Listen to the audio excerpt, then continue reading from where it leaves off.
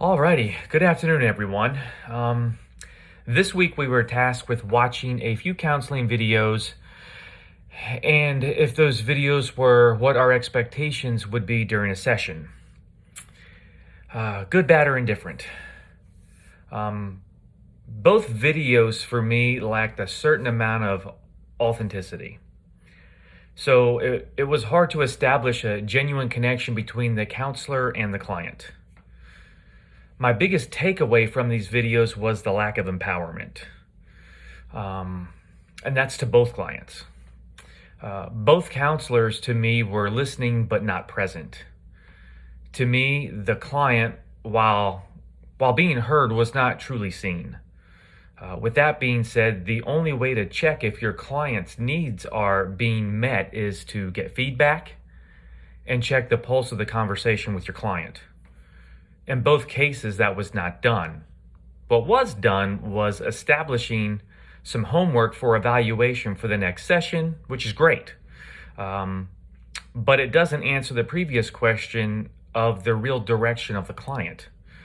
Client feedback is important. It addresses shortcomings and concerns which may or may not be being met, and in turn allows the counselor to adjust fire and further the progress.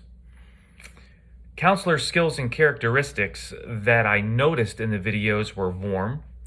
The therapeutic triad was met. The unconditional positive regard was there with both clients, but so much so that the client's valid needs seemed to be a little diminished in the process. There were even moments of creepy interpretations from the first counselor with his overuse of the word sensing, and his tonal inflection when saying it. I'm not sure a client wants to feel like you have a spidey sense or that you're trying to be a mentalist either. Which brings me to being genuine, which is number 2 in the triad. Being authentic and real, and most of all, self-aware, a client will notice and be more inclined to open the door for you, which will foster growth faster and on a positive track. Number 3 in the triad, empathetic understanding. Both counselors used it and truly honed in on it. Empathy means the ability to feel with other people, to sense what they're experiencing. It means moving beyond self-centeredness and entering the mind space of others.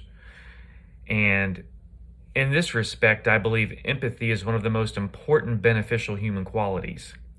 I also believe you can overstep this third part of the triad by becoming too emotionally involved and in fact hinder the recovery process.